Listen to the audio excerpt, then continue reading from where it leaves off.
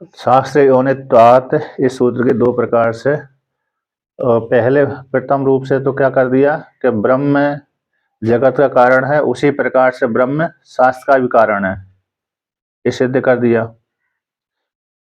जैसे जन्माद्यस्यता सूत्र के माध्यम से ये सिद्ध किया था कि ब्रह्म जगत का कारण है, तो वहां पर अनुमान के द्वारा ही सिद्ध हुआ था कि वेद का भी कारण हो सकता है। स्पष्ट रूप से नहीं आया था, लेकिन इस शास्त्रीय अनुत्वाद सूत्र के माध्यम से स्पष्ट रूप से वर्णन कर दिया कि ब्रह्म शास्त्र का भी कारण है, यानी वेद का भी कारण है।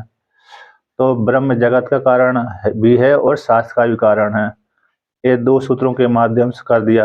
अब कहते हैं ब्रह्म को किस प्रकार से जाने, किसके द्वारा ज्ञान होता है ब्रह्म को, कि ब्रह्म है अथवा नहीं है, बिना शास्त्र के तो जान नहीं सकते। अनुमान आदि प्रमाण के द्वारा तो ऐसे ऐसे जानेंगे तो अनुमान प्रमाण हो जाएगा। प्रत्यक्ष का विषय नहीं है ब्रह्म, प्रत्यक्ष इंद्रिय का ब्रह्म विषय नहीं है, इसी पर उसको जानने का कोई ना कोई साधन होना चाहिए। तो कौन साधन है? वेदी साधन है। इसलिए शास्त्रीय औनित्वात् इसी सूत्र का दोबारा अर्थ करते हैं तो शास्त्र के द्वारा ही जाना जाता है परमात्मा। शास्त्र एक गम्य यानी वेद एक गम्य, शास्त्र एक गम्य का अर्थ कर दिया, वेद एक गम्य। तो वेद के द्वारा ही जानने योग्य है परमात्मा, तो वेद के द्वारा ही जाना जाता है। ये द्वितीय वर्णक है। तो द्वितीय वर्णक की जो प्रश्न आया था अधिकरण सार के अस्ति अन्नमेयता अपि अस्य किम वा वेद एकमेयता, जो ब्रह्म है अन्य का विषय बनता है कि वेद एकमेयता, वेद का विषय बनता है। 123 नंबर पृष्ठ पे आया था, 123 नंबर पृष्ठ पे द्वितीय वर्णक है। तो ब्रह्म कहते हैं ब्रह्म अस्ति अन्यम अस्ति अन्नमेयता अपि अस्य किम वा वेद एकमेयता, अस्य इस ब्रह्म की अन्य शास्त्र के द्वारा जाना जाता है, अन्य शास्त्र के द्वारा मेय विषय बनाया जाता है, अथवा वेद एकमेयता, वेद के मात्र वेद के द्वारा ही विषय बनाया जाता है। ये संशय वाक हो गया था, ब्रह्म अन्य प्रमाणों के द्वारा जाना जाता है अथवा वेद के मात्र वेद के द्वारा ही जाना जाता है। तो घटवत पूर्व पक्षी कहता है घट के समान सिद्ध वस्तु है, जैसे घट सिद्ध वस्तु है उसी प्रकार से ब्रह्म भी सिद्ध वस्तु है। तो सिद्ध वस्तु हो जाने से ब्रह्म अन्य प्रमाण के द्वारा भी जाना जाता है। ब्रह्म अन्यन अपि मीयते, जैसे घट वस्तु चक्षु आदि प्रमाण के द्वारा जानी जाती है, प्रत्यक्ष आदि का विषय बनती है चक्षु घट विषय, घट का इंद्रिय के साथ संबंध हुआ तो घट का प्रत्यक्ष हो जाता है। उसी प्रकार से जैसे घट सिद्ध वस्तु है उसी प्रकार से ब्रह्म भी सिद्ध वस्तु है, तो सिद्ध हो जाने से अन्य प्रमाण का भी विषय बन जाएगी। तो सिद्धांति इसका खंडन करता है कि न, ऐसी बात नहीं है। रूपादि लिंग राहित्यात, ब्रह्म में रूपादि लिंग नहीं है। अस्य इस ब्रह्म की न मानांतर योग्यता, किसी दूसरे प्रमाण का विषय नहीं बनता, इन दूसरे प्रमाणों के द्वारा ब्रह्म नहीं जाना जाता। फिर किसके द्वारा जाना जाता है कि तम तुम उपनिषदम, तम तम तु उपनिषदम इत्यादि वाक्य, तम तु उपनिषदम पुरुषम पृच्छामि, इस वाक्य के माध्यम से तो प्रोक्ता वेद एक मेहता, तो वेद के द्वारा ही एक विषय बनाया जाता है, यानी वेद के द्वारा ही जाना जाता है परमात्मा। ऐसे अधिकरण का वर्णन कर दिया, यानी वेद के द्वारा ही परमात्मा का ज्ञान होता है, अन्य शास्त्रों के द्वारा अन्य प्रत्यक्ष आदि प्रमाणों के द्वारा ब्रह्म का विषय ब्रह्म का ज्ञान नहीं होता। अनुमान मात्र कर सकते हैं कि इस जगत का सृजन किसी ने किया है तो कोई ना कोई होने चाहिए। अनुमान प्रमाण के द्वारा ये जरूर सिद्ध हो जाता है कि इस विशाल जगत का सृष्टा कोई ना कोई होना चाहिए। जैसे कुम्हार घट का निर्माण करता है, तो जैसे घट का निर्माण किसी ने किया है तो कौन आ जाता है, उसके घट को देख करके, घट रूप कार्य को देख करके कुमार का ज्ञान हो जाता है कि कुमार ने घट का निर्माण किया है। उसी प्रकार से इस ब्रह्मांड का सृष्टि कोई ना कोई ने करी होगी।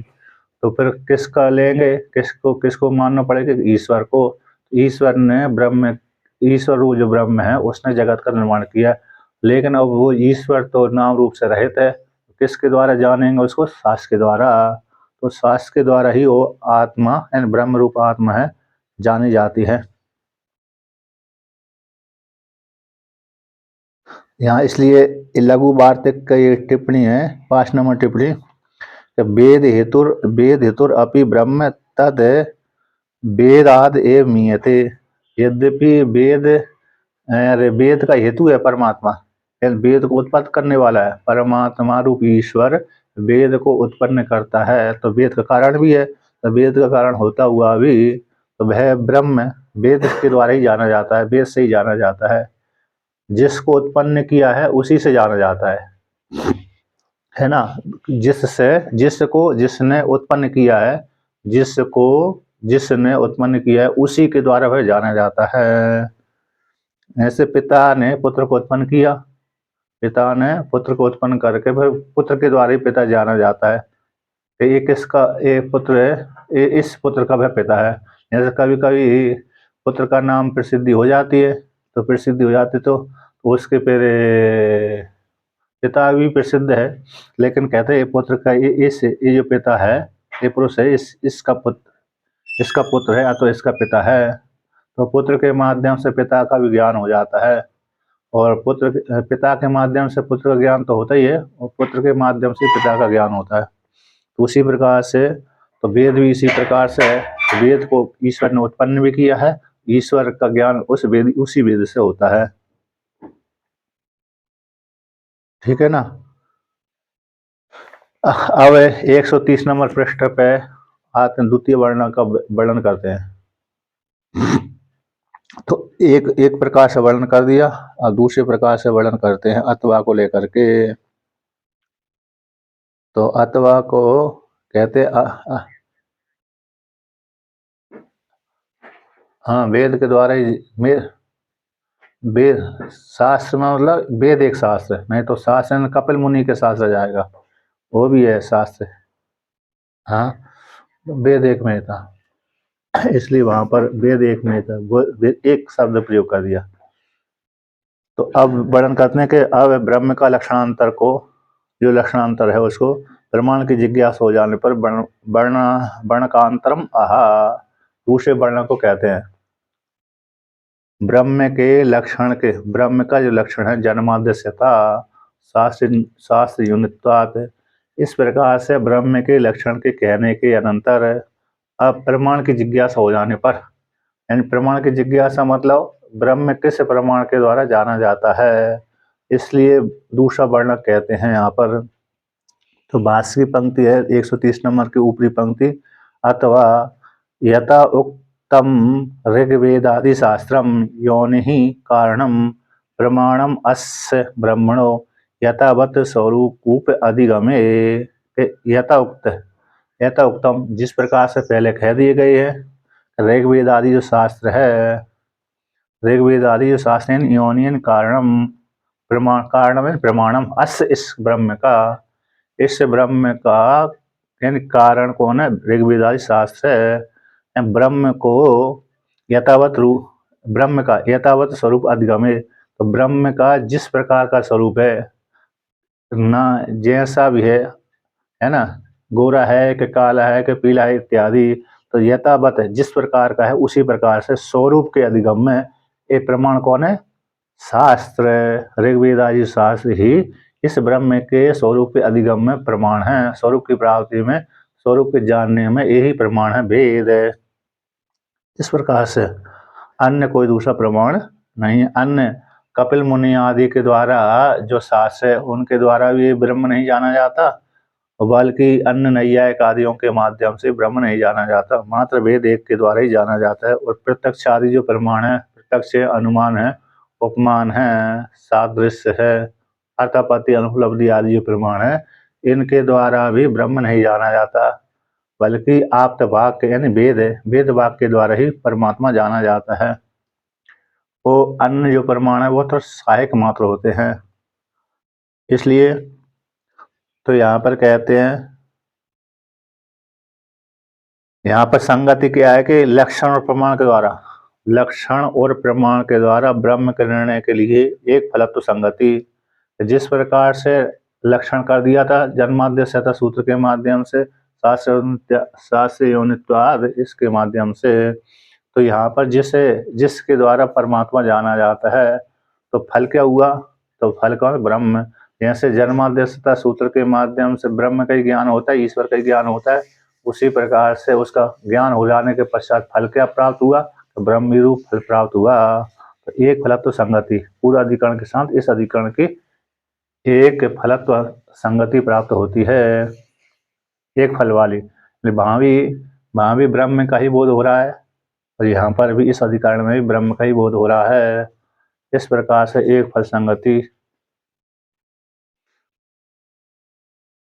अब आगे कहते हैं किस्सा, कहते हैं यहाँ पर शास्त्र है ना,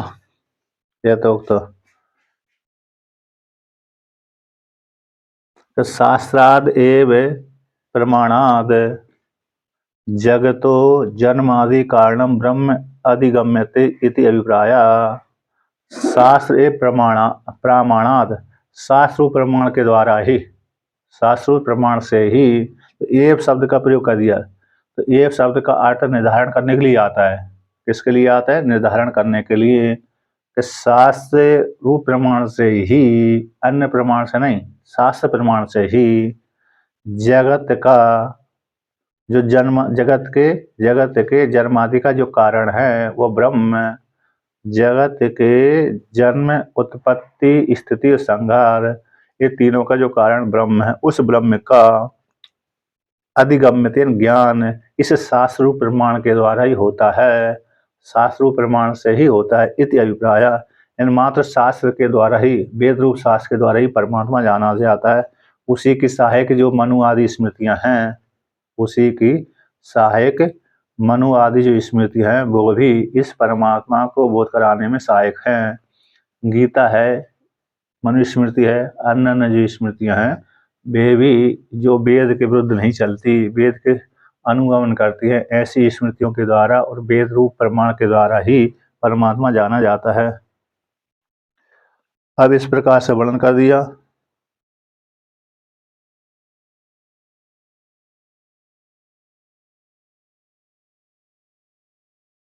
यहाँ पर वर्णन करते हैं, आगे कहते हैं कि शास्त्रम उदाहरतम पूर्व सूत्रे, शास्त्र को उदाहरण उद्धृत कर दिया गया है पूर्व सूत्र में।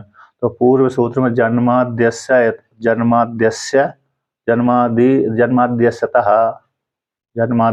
यथा, इस सूत्र में शास्त्र का उद्धृत कर दिया गया, उदाहरण के द्वारा दिखला दिया गया है।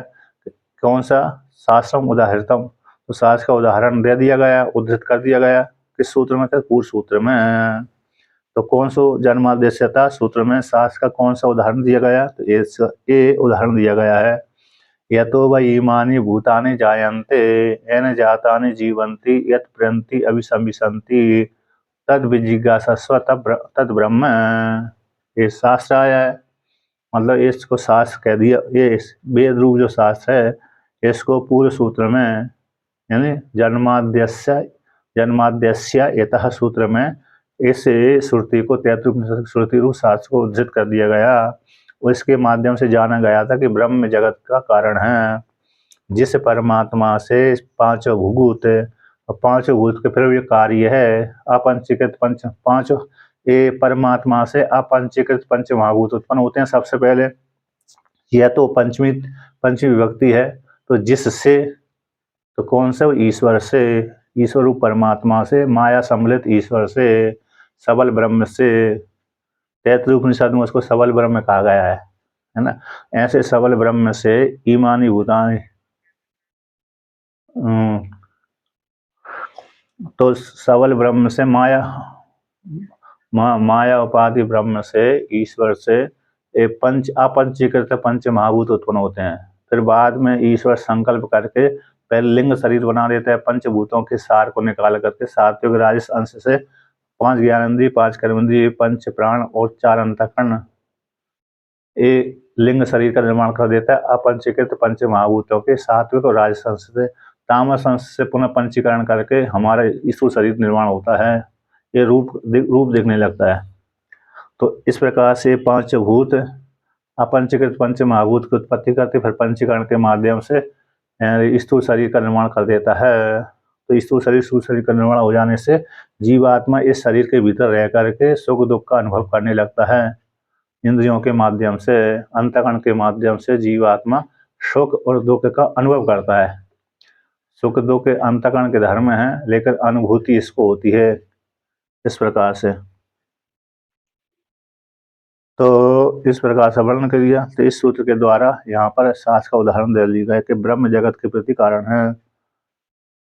जब पूर्व पक्षी यह प्रश्न करता है कि भाई पूर्व सूत्र में ही ब्रह्म जगत के प्रति कारण है, वेद का भी कारण है, तो फिर इस सूत्र की रचना करने की क्या आवश्यकता है? किमर्थम इदम तर्हि इदम सूत्रम। जब पूरे सूत्र के द्वारा ही सिद्ध हो गया कि ब्रह्म जगत के प्रति कारण है, तो जगत की कोटि में शास्त्र भी आ गया है, और इस सूत्र की रचना करने की क्या आवश्यकता है? किमर्थम तर्हि इदम सूत्रम।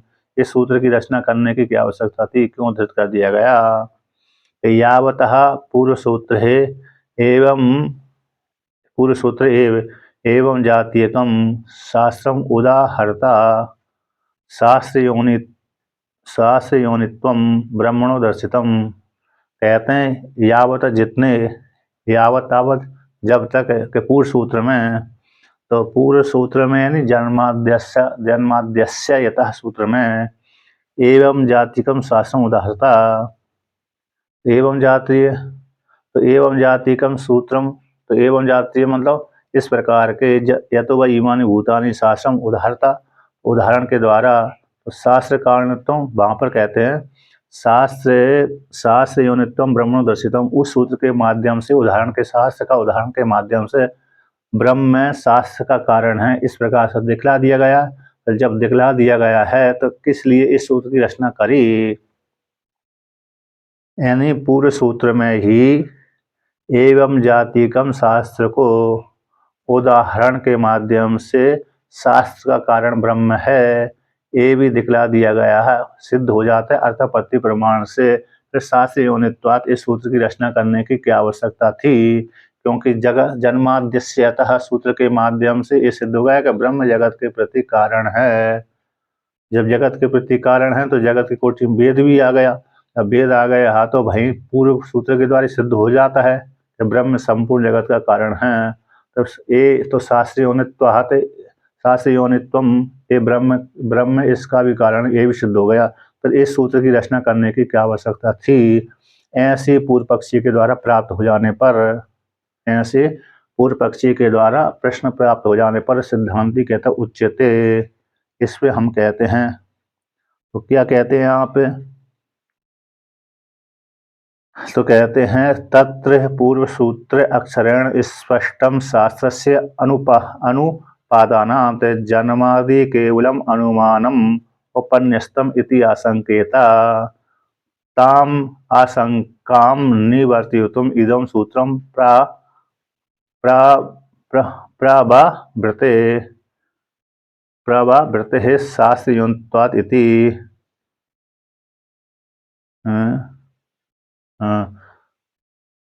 प्रबभृते, तो यहाँ पर कहते हैं कि उच्चते, सिद्धांत कहते उच्चते तत्र, वहाँ पर कहाँ पर? पूर्व सूत्र में जन्माद्यस्य यतः सूत्र में, तो पूर्व सूत्र के अक्षर के द्वारा, पूर्व सूत्र में जो आए हुए अक्षर है उनके माध्यम से स्पष्ट रूप से शास्त्र का उपादान कारण ब्रह्म है, इस प्रकार से नहीं दिखलाया गया। वहाँ पर पूर्व सूत्र के अक्षरों के माध्यम से स्पष्ट रूप से शास्त्र का ब्रह्म कारण है, शास्त्र का ब्रह्म कारण है, वेद का भी कारण है, ऐसा स्पष्ट रूप से गृहीत नहीं होता। उपादान यानी ग्रहण करना, ना उपादान यानी अनुपादान, तो पूर्व सूत्र के द्वारा स्पष्ट रूप से ग्रहण नहीं किया गया।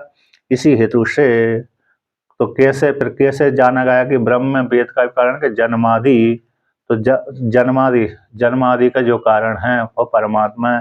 तो केवल अनुमान प्रमाण को ही उपन्यास किया गया है, अनुमान प्रमाण के माध्यम से जाना गया कि ब्रह्म जगत आदि का कारण है, उसी प्रकार से वेद का हो जाएगा। तो ऐसा है, केवल अनुमान प्रमाण को उपन्यास किया गया है, स्पष्ट रूप से वेद का कारण है ऐसा नहीं दिखलाया गया स्पष्ट रूप से। इसलिए ऐसी किसी को आशंका हो जाए कि वेद का कारण नहीं हो सकता ब्रह्म, क्योंकि वेद को नित्य कहा गया है।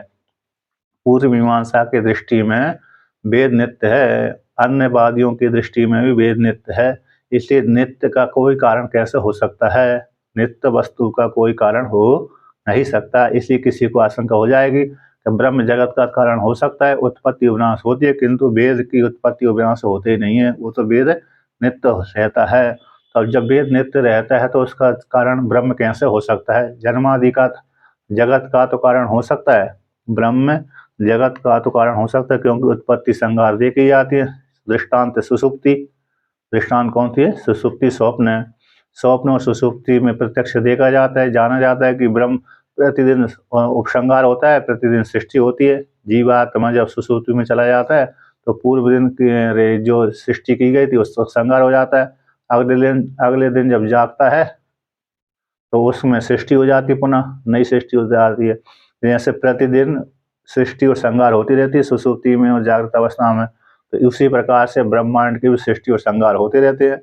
तो ये अनुमान स्वप्न दृष्टांत को, सुषुप्ति दृष्टांत को, स्वप्न और सुषुप्ति को दृष्टांत बना करके जगत का ये जगत रूप दृष्टांत में सिद्ध हो जाता है कि जगत भी उत्पत्ति विनाश होती है, जगत का भी उत्पत्ति और विनाश होता है। तो कोई ना कोई करता होगा तो ईश्वर करता है। तो ये इस प्रकार से जगत का तो कारण ब्रह्म सिद्ध हो जाता है, किंतु वेद का कारण सिद्ध स्पष्ट रूप से जन्माद्यस्य यथा सूत्र के द्वारा नहीं होता, क्योंकि वहाँ पर स्पष्ट रूप से नहीं कहा गया। इसलिए किसी को आशंका हो जाए, क्योंकि पूर्व मीमांसा की दृष्टि में वेद नित्य है, इस हेतु से उत्पत्ति विनाश न होने से ब्रह्म वेद का कारण नहीं हो सकता, ऐसे किसी को आशंका हो जाए, उस आशंका को हटाने के लिए तो जन्मादि के माध्यम से जन्मादि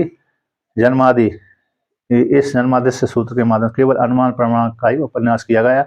अनुमान प्रमाण के माध्यम से सामान्य ज्ञान होता है कि वेद का भी कारण हो सकता है। इसलिए ऐसी किसी को आशंका हो जाए, उस आशंका को निवृत्त करने के लिए, ताम आशंका को हटाने के लिए, निवर्तितुम यानी हटाने के लिए, इदम सूत्रम है जो सूत्र उत्पन्न हुआ है, यानी इस सूत्र की प्रवृत्ति होती है। शास्त्रोत्पादिति, इस सूत्र की हो जाती प्रवृत्ति हो जाती है इस प्रकार से। तो इसलिए ब्रह्म जगत का तो कारण है ही है, साथ साथ शास्त्र का भी कारण है। ब्रह्म किसका कारण है? शास्त्र का भी। इस प्रकार से इसलिए शास्त्र सूत्र की रचना की है, इस प्रकार से वर्णन कर दिया। अब ये सूत्र पूरा हो गया है ना।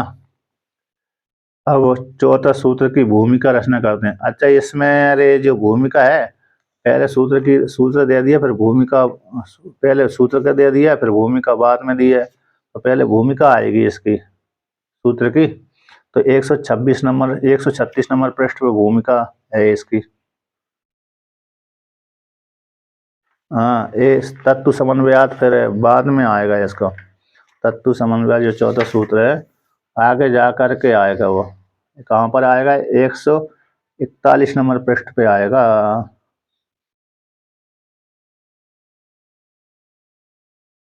हाँ,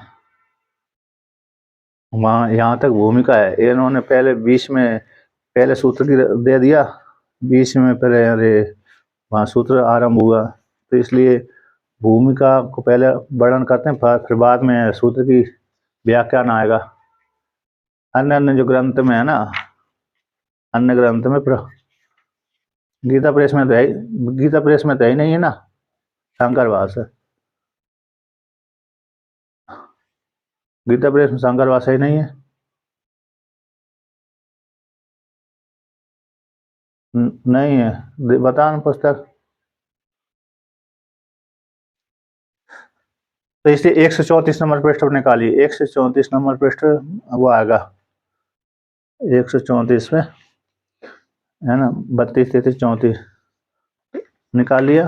अब यहाँ से इसकी भूमिका आती है। सूत्र का पाठ और बाद में करेंगे, आगे आएगा वहां पर, ठीक है ना। तो देखिए, अब ये सिद्ध कर दिया पूर्वाधिकरण के द्वारा शास्त्रीनुत्वाद के ब्रह्म जन्माद्यस्य यथा अधिकरण के सूत्र के माध्यम से और शास्त्रीनुत्वाद सूत्र के माध्यम से ये सिद्ध हो चुका है कि ब्रह्म जगत का कारण है और वेद का भी कारण है। ब्रह्म जगत का भी कारण है और वेद का भी कारण, ये सिद्ध हो जाने पर और पूर्व पक्षी यहाँ पर आता है। पूर्व पक्षी पूर्व मीमांसा को लेकर के अनन्य लेकर के पूर्व पक्षी प्रश्न करते हैं। कि वेदांत, यहाँ पर टीका में 134 नंबर पृष्ठ की पहली पंक्ति टीका की, वेदांतः सिद्ध ब्रह्म पर उत कार्य पर इति निष्फलत्व सापेक्षतयोः प्रसंग और अप्रसंगाभ्याम संशय पूर्व सूत्रे द्वितीय वर्णकन आक्षेप संगत्या पूर्व पक्षम आहा। वेदांत सिद्ध ब्रह्म परक है अथवा कार्य परक है। वेदांत जो वाक्य है, उपनिषद है, उपनिषद जो कांड है, सिद्ध वस्तु को बोध कराने वाले हैं अथवा कार्य वस्तु को बोध कराने वाले हैं, जगत का बोध कराने वाले हैं। तो निष्फलत्व और सापेक्षत्व दोनों का, निष्फलत्व कोई फल नहीं है। यदि ब्रह्म यदि वेदांत सिद्ध वस्तु को बोध कराने वाले नहीं है तो निष्फल हो जाएंगे, है ना। कहते इसलिए निष्फलत्व और अपेक्षा को लेकर के, प्राप्ति फल को लेकर, निष्फलत्व को लेकर और अपेक्षा को लेकर प्रसंग और अप्रसंग के माध्यम से ऐसी संशय हो जाने पर पूर्व सूत्र में द्वितीय वर्णक के द्वारा प्राप्ति और अप्राप्ति के योग से संशय होने पर निष्फलत्व को लेकर के और सापेक्षत्व की अपेक्षा को लेकर के, तो की प्राप्ति और अप्राप्ति के योग से, प्राप्ति और अप्राप्ति के माध्यम से, तो द्वितीय वर्णक के द्वारा शास्त्र इत्यादि द्वितीय वर्णक के माध्यम से आक्षेप संगति के द्वारा आक्षेप होता है। तो आक्षेप कैसे हो जाता है? क्योंकि वहां पर वर्णन कर दिया कि ब्रह्म शास्त्र का भी कारण है, ब्रह्म शास्त्र के द्वारा जाना जाता है। द्वितीय वर्णक ने, प्रथम वर्णक तो शास्त्र का कारण कह दिया है और द्वितीय वर्णक में ये वर्णन किया गया है कि अरे ब्रह्म शास्त्र के द्वारा ही जाना जाता है। इस प्रकार से तो वेदांत वाक्य ब्रह्म सिद्ध वस्तु को बोध कराने वाले हैं अथवा कार्य वस्तु को, इसलिए द्वितीय वर्णक के द्वारा ये प्राप्त हो जाने पर द्वितीय वर्णक के द्वारा आक्षेप संगति के द्वारा कि कैसे ब्रह्म को बोध कराने वाले हैं, कौन वेद है, ऐसे आक्षेप संगति के माध्यम से पूर्व पक्षी को लेकर के यहाँ पर कहते हैं। पहले पूर्व पक्षी का वर्णन करते हैं, पूर्व पक्षी क्या मानता है। तो भाष्य में कहते हैं, तो कथम पुनर्ब्रह्मणः शास्त्र प्रमाणकत्वम उच्यते, ब्रह्म कैसे शास्त्र के द्वारा जाना जाता है ना। शास्त्र ब्रह्म प्रमाण है, ब्रह्म के विषय में शास्त्र प्रमाण है, मतलब ब्रह्म को किस प्रकार से विषय बनाया जाता है, यानी ब्रह्म केवल शास्त्र के द्वारा ही ब्रह्म जाना जाता है। पूर्व वर्णन किया गया था शास्त्र एवं केवल शास्त्र के द्वारा। एक पंक्ति आई थी पीछे, कहाँ पर आई थी, एक पंक्ति आई थी कि शास्त्र एक प्रमाणत्वात्, शास्त्रात्, अरे 130 नंबर पृष्ठ की दूसरी पंक्ति थी, शास्त्रादेव प्रमाणाद, ये पंक्ति आई दूसरी पंक्ति में 130 नंबर पृष्ठ की दूसरी पंक्ति भाष्य में, शास्त्रादेव प्रमाणाद, तो शास्त्र एक प्रमाण से ही, तो ये बता दिए ना। तो इसी प्रकार से यहाँ पर उसी को लेकर कहते हैं शास्त्र एक प्रमाण से ब्रह्म जाना जाता है। तो कैसे ब्रह्म शास्त्र प्रमाणकत्वम उच्यते, कैसे ब्रह्म की ज्ञान मात्र शास्त्र ही होता है, आप कैसे कह सकते हैं, ऐसा पूर्व पक्षी के द्वारा सिद्ध किया गया है। क्योंकि शास्त्र जो उपनिषद कांड होता है वो विधि परक नहीं होता है। उपनिषद जो कांड होता है वो मात्र वस्तु को बोध कराने वाला होता है, क्रिया परक नहीं होता। मात्र अर्थ कैसा होता है, सिद्ध वस्तु को घट है तो है, पट है तो है, पट है तो है, नहीं है तो नहीं है, ऐसे ही मात्र करा देता। इतना नहीं कहता कि नहीं घट का उत्पत्ति करो, पट की उत्पत्ति करो, घट को तुम जानो, ऐसा वेद, ऐसा उपनिषद कांड नहीं कहता है। घट ऐसा है, पट ऐसा है, बस इतना मात्र बोध कराता है। तो उसको लेकर के यहाँ पर वर्णन करते हैं, संशय आता है कि जो जिस वाक्य में, जहाँ पर वेद में क्रिया नहीं होती, उस वेद मात्र कैसे स्तुति के लिए होता है, कुछ सार्थक नहीं होता, स्वतंत्र अर्थ को बोध नहीं करा सकता। जिस वेद के वाक्य में यदि क्रिया नहीं आए, विधिलिंग नहीं आया, तव्यत प्रत्यय नहीं आया, आज्ञार्थ में प्रयोग नहीं किया गया है, तो उस वेद को मात्र स्तुति के लिए स्वीकार करते हैं पूर्व मीमांसा की दृष्टि से, ठीक है ना। पूर्व मीमांसा की दृष्टि से वेद में यदि क्रिया शब्द नहीं आया, क्रिया में विधिलिंग है, विधिलिंग का अर्थ होता है आज्ञा देना। तो आज्ञा परक यदि वेद तब वेद प्रत्यय आज्ञा परक होते हैं, विधिलिंग आज्ञा परक होते हैं, लोट लकार आज्ञा परक होता है। तुम ऐसा कार्य करो, पुत्र को बोलता है पिता कि तुम ऐसा बाजार में जा रहे हो तो मेरा कार्य कर लाना, अतः वहां पर चले जाना, है ना, खेती कर लेना, अन्य अन्य कार्य कर लेना, ठीक है ना। तो इस प्रकार से वो कार्य मेरा कर देना। तो वहां पर कार्य कर देना ये आज्ञा अर्थ हो गई। कार्य कार्य करके लाओ, वहां से वस्तु उठा करके ले आओ, मेरे को दे दो, तो ये आज्ञा अर्थ हो गई। तो जहां पर आगे वहां पर घट रखा हुआ है, इतना बोल दिया तो आज्ञा नहीं हुई। उस कमरे में घट रखा हुआ है, इतना अकेला बोल दिया तो वो आज्ञा परक नहीं है। तो आज्ञा परक नहीं है तो फिर वो मात्र स्तुति के लिए है, कोई सार्थक नहीं है, ऐसा पूर्व मीमांसा के अनुसार कहते हैं। तो सूत्र का जैमिनी सूत्र की सूत्र है कि यावता, तो यावता में तो यावता का कहते हैं यावत जितने आमनायस्य क्रिया अर्थत्वाद अनर्थक्यम अतद अर्थानाम इति क्रियापरत्वम शास्त्रस्य प्रदर्शितम।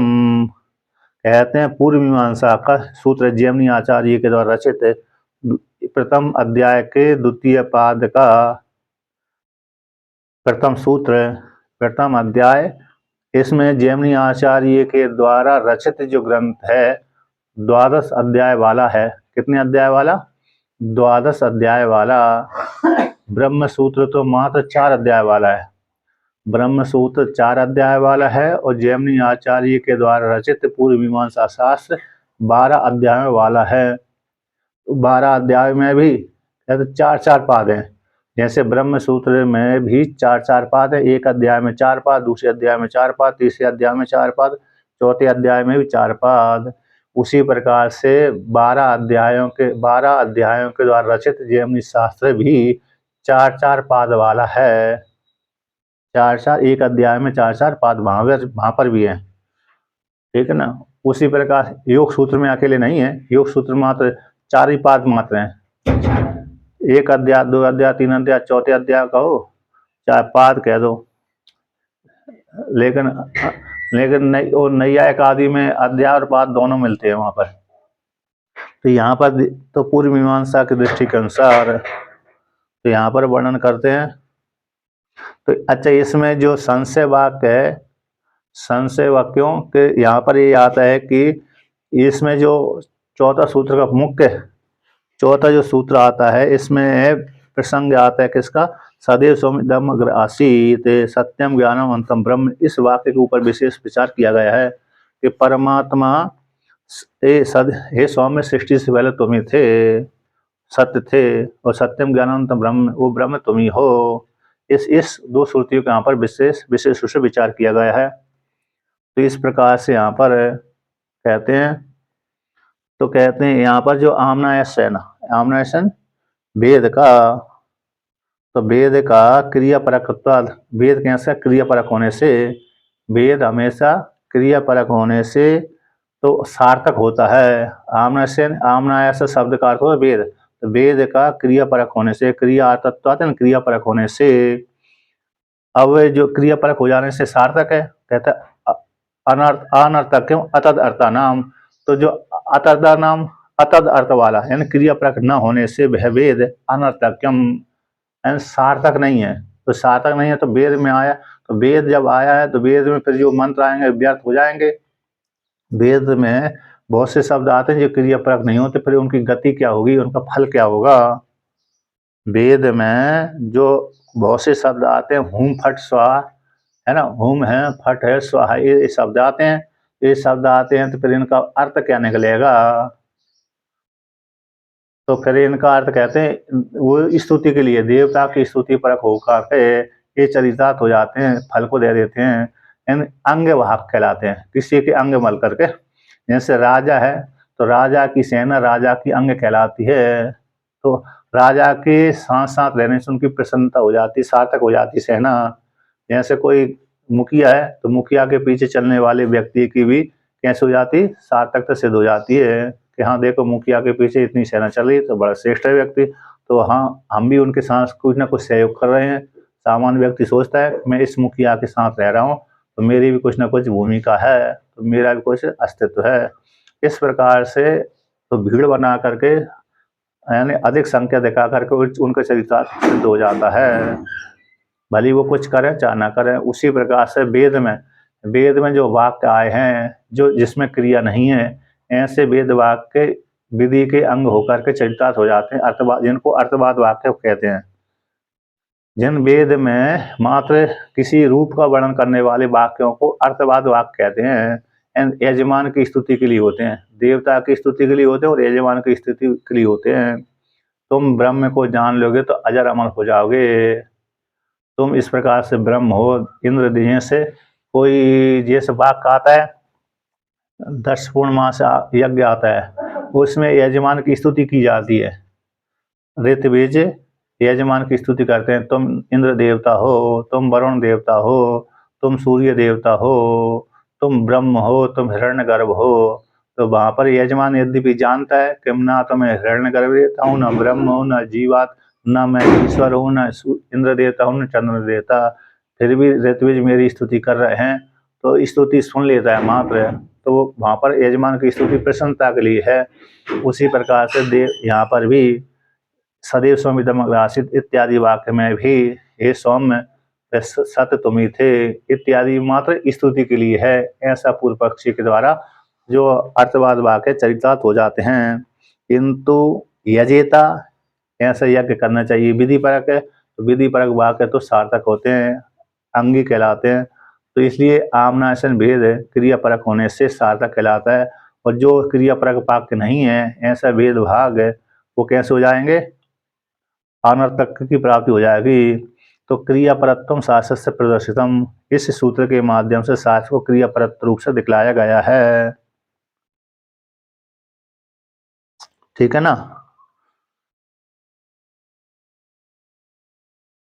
14 लक्षणों धर्म, 14 लक्षणों अर्थो धर्म। अच्छा, यहाँ पर एक एक दूसरा सूत्र है, विधि परक धर्म क्या है, 14 लक्षण अर्थो धर्म, विधि परक जो वाक्य है वो सार्थक होते हैं।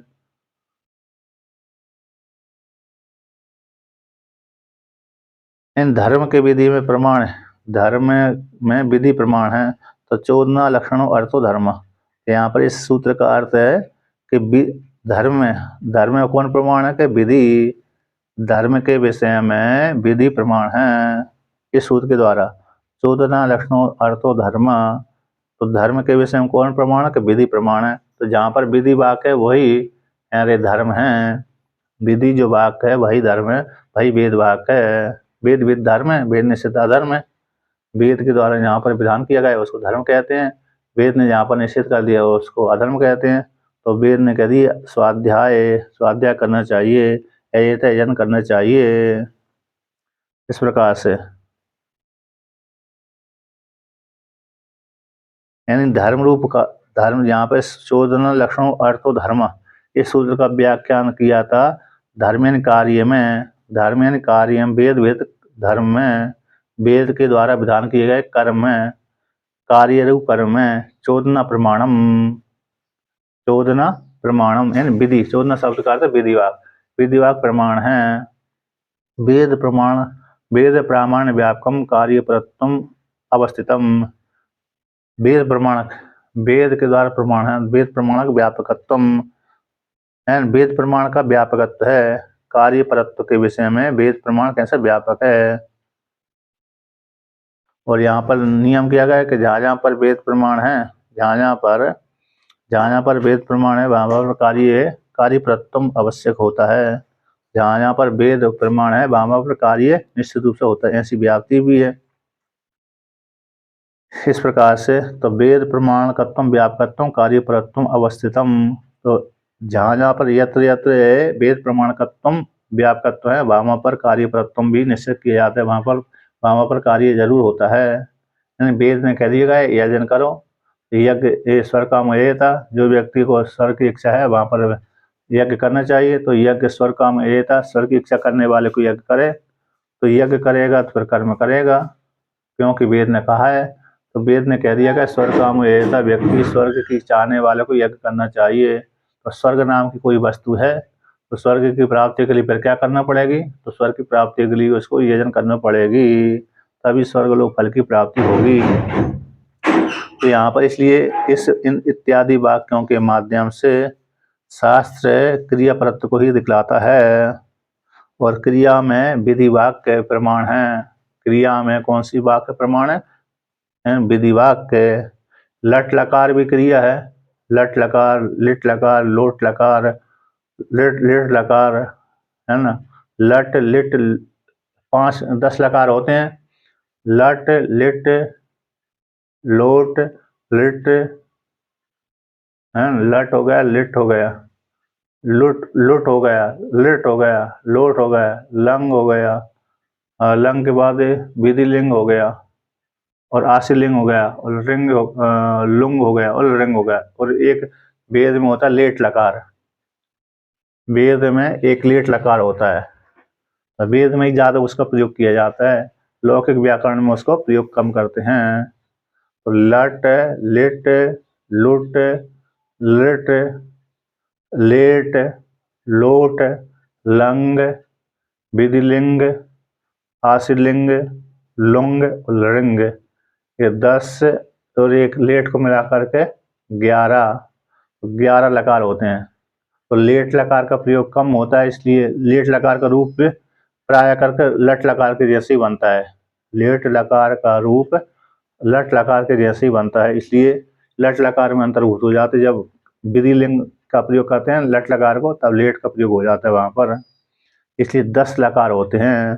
तो 10 लकार में लोट लकार और लोट और लिंग लकार, ये दोनों विधि परक होते हैं। विधि परक का अर्थ होते हैं आज्ञा अर्थ में, और अन्य जो लकार होते हैं भूतकाल का बोध कराते हैं, वर्तमान का बोध कराते हैं, भविष्यत काल का बोध कराते हैं। तो ये यद्यपि ये भी क्रिया है, क्रिया होने पर भी कैसे होते हैं? अरे विधि के यदि एक वाक्यता होगी तब तो चरितार्थ हो जाएगी, किंतु विधि के साथ एक वाक्यता नहीं होगी तो अर्थवाद की स्तुति के लिए है मात्र। इस प्रकार से तो यहाँ पर इस सूत्र के माध्यम से यही सिद्ध कर दिया कि जितना वेद भाग है क्रिया परक होता है, वही सार्थक है। जो क्रिया परक नहीं है वो स्तुति के लिए अर्थवाद के रूप में प्रयोग कर दिया जाता है। उसी को लेकर के आगे वर्णन करते हैं।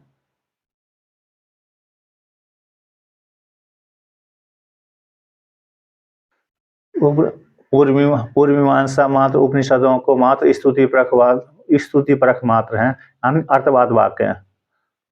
अर्थवाद अर्थस्य कथनम इति अर्थवाद, अर्थस्य कथनम यानी वादम इति अर्थवाद। अर्थ का कथन करना, विषय का कथन करना। अर्थ यानी चाहे घट हो, पट हो, चाहे स्त्री हो, चाहे पुरुष हो, ईश्वर हो, ब्रह्म हो, जीवात्मा हो, उसका कथन करना। सिद्ध वस्तु का कथन करना, सिद्ध वस्तु का कथन करना उसको अर्थवाद बोलते हैं।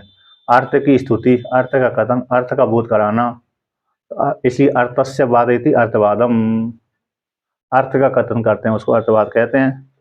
इसलिए जितने भी 3 प्रकार के अर्थवाद होते हैं, गुणवाद, है ना, गुणवाद, भूतार्थवाद, और एक कौन हो रहा, अनुवाद। अनुवाद अर्थवाद, गुणवाद अर्थवाद, और भूतार्थवाद, 3 अनुवाद। अर्थवाद सामान्य नाम हो गया, अर्थवाद एक सामान्य नाम हो गया, उसके 3 भेद कर दिए। एक अनुवाद नामक अर्थवाद हो गया, एक गुणवाद हो गया, एक तीसरा अरे भूतार्थवाद। तो अनुवाद हो गया अग्निर्हेमस्य भेषजम, अग्नि ठंडी की होती है। तो सामान्य व्यक्ति भी जानता है ठंडी के काल में अग्नि सेवन करने से कष्ट दूर होता है। तो ये इसका वेद यदि करता है, वेद इसका व्याख्यान करता है अग्निर्हेमस्य भेषजम, अग्नि ठंड की औषधि है। तो ये वेद ने मात्र अनुवाद किया है, तो अनुवाद अर्थवाद हो गया। कोई इसमें सार्थकता नहीं है, कोई इसको पढ़ने की आवश्यकता नहीं है। अब गुणवाद कैसे कि गुणवाद का अर्थ होता है आदित्य उपा। तो यहाँ पर यद्यपि आदित्य तो आदित्य ही है, आदित्य तो आदित्य चमकदार है, लेकिन यहाँ यज्ञ मंडप में लकड़ी के द्वारा बनाए गए खंबे को यूप कहते हैं। तो इतने चिकने होते हैं, उनकी उपमा दी गई है सूर्य भगवान के जैसी, चाक चिक कर देते ना। तो मंडप बना जिसमें उस मंडप में जो लकड़ियां गड़ी रहती हैं उनको यूप कहते हैं। यज्ञ मंडप में जो लकड़ियां गड़ी रहती हैं उनको यूप कहते हैं। उन यूपों से अरे पशु बांधे जाते हैं, तो वही पशु की फिर बलि दी जाती है बड़े बड़े यज्ञों में, छोटे छोटे यज्ञों में नहीं। जहाँ पर रासु आदि यज्ञों में उन यूपों पे पशु बांधे जाते हैं, फिर पशु को फिर बलि दी जाती है, यज्ञ में उनकी आहुति हवन किया जाता है। तो वो जो यूप है उसमें गुण आदित्य यूपा, तो यूप नहीं हो सकता, चाक्षिक गुण को लेकर के उसकी स्तुति कर दी। तो गुण क्या कह दिया, गुणवाद। अब कह दिया भूतार्थवाद, न गुणवाद है न अनुवाद है, दोनों का जहाँ पर अभाव होता है उसको भूतार्थवाद बोलते हैं। सिद्ध वस्तु जैसे घट, घट है तो है, घट काला है, पीला है, सफेद है, उस जैसा है तो वैसे ही है। सिद्ध वस्तु कथन करना भूतार्थवाद कहलाता है। भूत शब्द का अर्थ होता है सिद्ध वस्तु, यानी जो भूत प्रेत नार की योनि में चले गए उनका भूत वहां पर नहीं लेना, पंचभूत को भी नहीं लेना।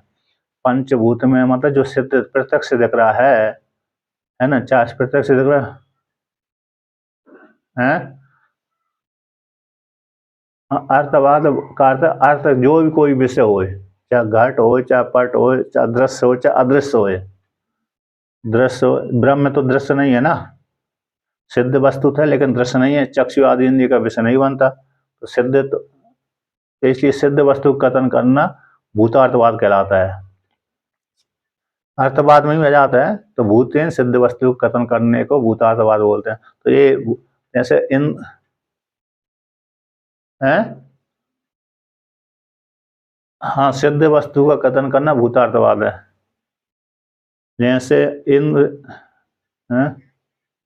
है ब्रह्म भूतार्थवाद में, यह ब्रह्म भूत सिद्ध वस्तु, भूतार्थवाद में सिद्ध वस्तु, भूत शब्द का अर्थ यहाँ पर जो अर्थ है सिद्ध वस्तु का अर्थ है, यानी घट हमारे सामने रखा है ना, सिद्ध है ना, वो सामने रखा हुआ है, उसी प्रकार से ब्रह्म सिद्ध है। अब लेकिन वो चक्षु आदि इंद्रिय का विषय नहीं बनता है, इसलिए उसी को कहते हैं हे श्वेत केतु, वह सिद्ध वस्तु ब्रह्म तुम ही हो, तो भूतार्थवाद हो गया। इन सिद्ध वस्तु कथन कर, इसी इन तीन प्रकार के अर्थवादों को पूर्व मीमांसा में सिद्ध वस्तु को प्रमाण रूप से स्वीकार नहीं करते, बल्कि यजमान की स्तुति के लिए कहते हैं। सदैव स्वमिदं आसीत, हे श्वेत केतु वह तुम ही हो, सती तुम हो। अब ऐसा कहेंगे तो यजमान की स्तुति रूप में इस स्तुति वाक्य को प्रमाण रूप से स्वीकार करेंगे कि सत्यम ज्ञानवंतम ब्रह्म, तो ब्रह्म कैसे सत्स्वरूप, ज्ञान स्वरूप, आनंद स्वरूप रहता है। तो ये यजमान, हे यजमान तुम सत्स्वरूप हो, ज्ञान स्वरूप हो, आनंद स्वरूप हो, ऐसे इस प्रकार से, और ब्रह्म स्वरूप हो, इस प्रकार से स्तुति हो जाएगी पूर्व मीमांसा की दृष्टि में। तो व्यक्ति जैसे कोई व्यक्ति दूसरे की स्तुति करता है, तो स्तुति करने वाला तो कहता है, स्तुति कर रहा है तो वो कहता है इसमें कोई गुण है नहीं है, फिर भी मैं इसकी चापलूसी कर रहा हूँ। लेकिन स्तुति सुनने वाला भी कहता है मेरे में ऐसे गुण नहीं है, फिर भी मेरी स्तुति कर रहा है, तो बड़ा प्रसन्नता हो जाती है, होती कि नहीं होती। और प्रसन्न होकर के फिर बड़े बड़े काम कर देता है वो। पहले के जो राजाओं के पास में रहने वाले मंत्री आदि थे, उन मंत्रियों की जो दूसरे व्यक्ति अपने प्रयोजन सिद्ध करवाते थे, उन मंत्रियों की क्या कर देते थे, स्तुति कर देते थे। स्तुति सुन करके वो मंत्री प्रसन्न हो जाते थे और उस व्यक्ति का काम पूरा कर देते थे। अभी के जो मंत्रीगण होते हैं वो कहते हैं भाई स्तुति से काम नहीं चलेगा, पहले जेब को गर्म करो, है ना, बाद में स्तुति करना। स्तुति भी करते रहो और थोड़ी जेब भी गर्म करते रहो, बिना जेब गर्म करे कितनी भी स्तुति कर दो काम नहीं होगा। तो पहले स्तुति से पहले की स्तुति ही रिश्वत थी, है ना, और अभी की रिश्वत ही है। पहले की स्तुति धन को ले, पहले की स्तुति सामान्य रूप से स्तुति करती है, प्रसन्न होकर व्यक्ति काम कर देता है, और अभी की स्तुति करने से कोई प्रयोजन नहीं। अभी की भी स्तुति है ना, कोई तो स्तुति करके उसको चढ़ा देता ना, चने के पेड़ पे चढ़ाना, तो लोक में जो कहावत हो गई वो ये स्तुति है वो। तो इस प्रकार से, तो मतलब यहाँ पूर्व मीमांसा सिद्ध वस्तु को स्तुति पर ले जाते हैं। उसी को और आगे कहते हैं अतो वेदांता नाम अनर्थक्यम अक्रिया अर्थत्वात्, ये वेदांत वाक्य अनर्थक हैं, अनर्थ हैं, सार्थक नहीं है। क्यों? क्रिया परक न होने से, है ना, इसलिए अनर्थक हो जाने से अप्रमाणितम, कैसे हो गए, अप्रमाणित हो जाएंगे। अर्थात उनकी सार्थकता नहीं है। यद्यपि वेद है, वेद वेद तो है, लेकिन वेद होने पर भी फिर इनका, अब वेद में आएंगे तो अनर्थक शब्द तो व्यर्थ प्रयोग नहीं करना चाहिए। जैसे सूत्र में जो कोई भी शब्द आता है वो अनर्थक नहीं आता है।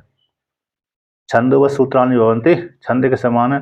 तो सूत्र, जैसे सूत्र में कोई भी शब्द व्यर्थ नहीं आता, कोई ना कोई अर्थ जरूर आता है, लेकिन वेद में ऐसा नहीं है। वेद में सार्थक शब्द भी आते हैं और बिना अर्थ वाले भी आते हैं। तो बिना अर्थ वाले फिर उसकी गति क्या होगी? यानी यदि व्यक्ति को जिस स्तुति करने से कोई फल नहीं प्राप्त होता, उसकी स्तुति कौन करेगा? तो वेद में जब मंत्र आ गए तो मंत्र में कोई अर्थ नहीं हो, अनर्थक हो गए, लेकिन वेद में आए मंत्र हैं, फिर उनकी गति क्या होगी? उनकी गति हो गई कि पाठ करने से उनको फल मात्र मिलेगा। उनके पाठ कर देने से, जैसे स्तुति करने से फल मिलता है, उसी प्रकार से अर्थवाद वाक्यों के पाठ कर लेने से थोड़ा बहुत फल मिल जाएगा। ठीक है ना? लेकिन विधि के अंग बन करके, विधि के अंग बन करके फल मिले, फल देने वाले हो जाएंगे। जैसे वायुर्वेद छेपिष्ठा देवता, वायुर्वेद छेपिष्ठा देवता, इसमें अरे वायु शीघ्रगामी देवता है।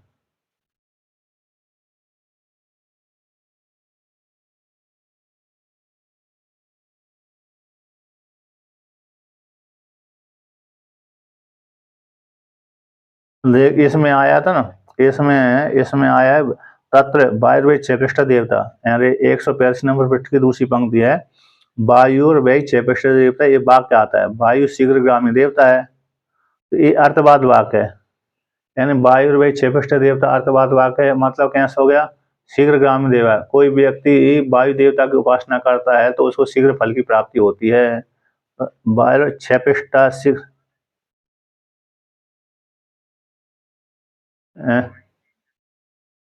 नहीं तेज चलती है तो उसका उसका अर्थ है कि वायु की जो कोई उपासना करेगा तो उसको शीघ्र फल की प्राप्ति होगी। जैसे जैसे आपने पुराण में पढ़ा होगा, उसके भस्मासुर है ना, भस्मासुर नाम था ना, उसने पूछा नारद जी से कि नारद जी मैं तपस्या करने जा रहा हूँ, तो आप बताइए, आप सभी लोगों को भ्रमण करते हैं, सारे देवता को जानते हैं, यथार्थ रूप से जानते हैं, मैं किस देवता की उपासना करूं जो उससे वो देवता शीघ्र प्रसन्न हो जाए? यानी शीघ्र प्रसन्न होने वाले देवता का नाम बता दीजिए, उसका स्तुति करूंगा, उसकी पूजा करूंगा, पाठ करूंगा, से मेरे को शीघ्र फल प्राप्त हो जाए, अल्प अल्प प्रयास से अधिक फल प्राप्त हो जाए, अल्प प्रयास में ही मेरे सिद्धि हो जाए।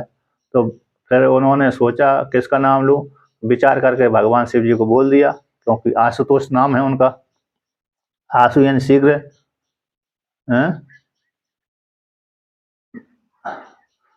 अर्थवाद वाक्य है। हाँ, मतलब वायु देवता की प्रशंसा है यहाँ पर, वायु शीघ्रगामी देवता है।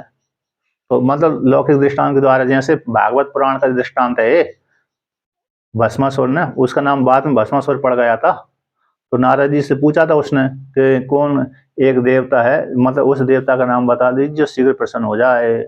तो नारद जी ने विचार करके आशुतोष नाम को लेकर के भगवान शिव जी को बोल दिया कि भगवान शिव जी शीघ्र प्रसन्न हो जाते हैं, शीघ्र प्रसन्न भी हो जाते हैं, शीघ्र नाराज भी हो जाते हैं। जल्दी प्रसन्न, जैसे जो जल्दी प्रसन्न होता है जल्दी नाराज भी हो जाता है। तो नारद जी ने कहा दोनों प्रकार से हैं, जाओ शिव जी जल्दी प्रसन्न भी और जल्दी नाराज भी। यदि तुमने थोड़ी स्तुति करी प्रसन्न भी हो जाएंगे, थोड़ा अपमान कर दिया तो थोड़ा जल्दी नाराज भी हो जाएंगे। तो इसलिए उसने क्या किया, थोड़े से गया शिव जी की आराधना करी और शिव जी थोड़े में प्रसन्न हो गए, हुए कि नहीं हुए? तो थोड़े में प्रसन्न होकर वरदान दे दिया। उसने वरदान मांग लिया कि जिस किसी के सर के ऊपर हाथ रख दूं भस्म हो जाए। वरदान लेकर चला वो घरे, अपने घरे। नारद जी ने सोचा वरदान तो इसको प्राप्त हो गया, थोड़ा मजा भी ले लेते हैं, आनंद भी ले लेते हैं। तो नारद जी ने उसको भड़का दिया, अरे जिसकी तुमने उपासना करी है वो तो भांग धतूरा खाता है, नशा करता है, उसकी वाणी को देवता लोग मानते हैं नहीं मानते? यदि तुम मानते हो, विश्वास करते हो, तो उसका जो वरदान है उसी के ऊपर प्रयोग कर दो। और उसकी जो पत्नी बड़ी सुंदर है, यदि वो मर जाएगा तो उसकी पत्नी तुम ले लेना। तो नारद जी ने उसको भड़का दिया। पुनः लौट करके आया, उसको भी लगा हाँ भांग धतूरा तो सुना है मैंने, ये खाता है, चलो परीक्षा ही कर लेते हैं, इसी के ऊपर परीक्षा कर लेते हैं। तो पुनः शिव जी के पास में आ गया। शिव जी ने उसके अभिप्राय को जान लिया, जानकर डर के मारे वो तो भाग गए। शिव जी तो उन्होंने सोची यदि मैं रहता हूँ मेरा वरदान झूठा होता है, तो डर के मारे ही भाग गए थे वहां से। अब नारद फिर पार्वती के पास चले गए, पार्वती फिर अदृश्य हो गई। फिर बाद में भगवान विष्णु को स्मरण किया पार्वती ने, तो मोहिनी रूप धारण करके भगवान विष्णु ने उसको मारा। एक कल्प में मोहिनी रूप धारण करके, एक कल्प में अरे ब्रह्मचारी बन करके। तो मतलब नाराज भी हो गए और जल्दी प्रसन्न भी हो गए। ये तो उसी प्रकार से यहाँ पर वायु और 6 पृष्ठ देता है स्तुति के लिए, वायु शीघ्रगामी देता है। इसलिए अर्थवाद वाक्यों के धर्म में प्रमाण है अथवा नहीं है, अर्थवाद वाक्यों का धर्म में प्रमाण है अथवा नहीं, ऐसी संशय हो जाने पर के पूर्व मीमांसा के अनुसार आमनाय प्रमाणस्य क्रियातत्वात् व्याप्तत्वात्, आमनायन वेद का क्रियापरक होने से ही प्रमाण है। इस प्रकार व्याप्ति हो जाने से, जहाँ जहाँ पर वेद वाक्य है, क्रियापरक वेद वाक्य, वहाँ पर अरे प्रमाण है, और जहाँ पर वेद वाक्य क्रियापरक नहीं है वहाँ पर वेद वाक्य प्रमाण नहीं है। मतलब आमनाय, जो आमनाय का भी, आमनाय वेद का भी क्रियार्थ होने से प्रमाण है, क्रियार्थक वाला व्याप्तत्वाद व्याप्ति होने से। तो व्याप्ति यही है कि जहाँ जहाँ पर कार्य प्राप्त वेद है,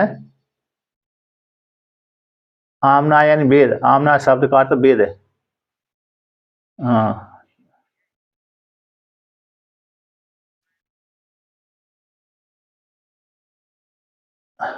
वहाँ वहाँ का वहाँ अर्थ में नियम प्रयोग किया है। यहाँ पर वहाँ का नियम परंपरा है, परंपरा, नियम परंपरा, 4 मठों की 4 परंपरा है। तो यहाँ पर जो वेद, यहाँ पर आमना शब्द है वेद का वाचक है। जो वेद वाक्य क्रियापरक होने से व्याप्त, क्रियार्थ होने से व्याप्तत्वात्, जहाँ जहाँ पर वेद वाक्य क्रियापरक है वहाँ पर सिद्ध है, जहाँ जहाँ पर क्रियापरक नहीं है, जहाँ जहाँ पर वेद वाक्य क्रियापरक है वहाँ पर प्रमाण है, जहाँ जहाँ पर वेद वाक्य क्रियापरक नहीं है वहाँ पर प्रमाण उससे स्वीकार नहीं करते, वो अर्थवाद वाक्य उससे स्वीकार करते हैं।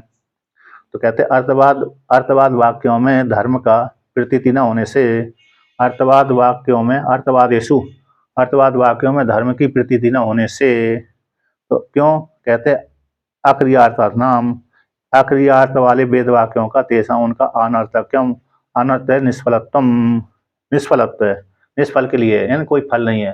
तो फल नहीं है तो फिर उनको नहीं ग्रहण करना चाहिए, नहीं पाठ करना चाहिए, नहीं उनके विधि के साथ एक वाक्य होकर के चरितार्थ सिद्ध हो जाते हैं, है ना। इस प्रकार से वर्णन कर दिया।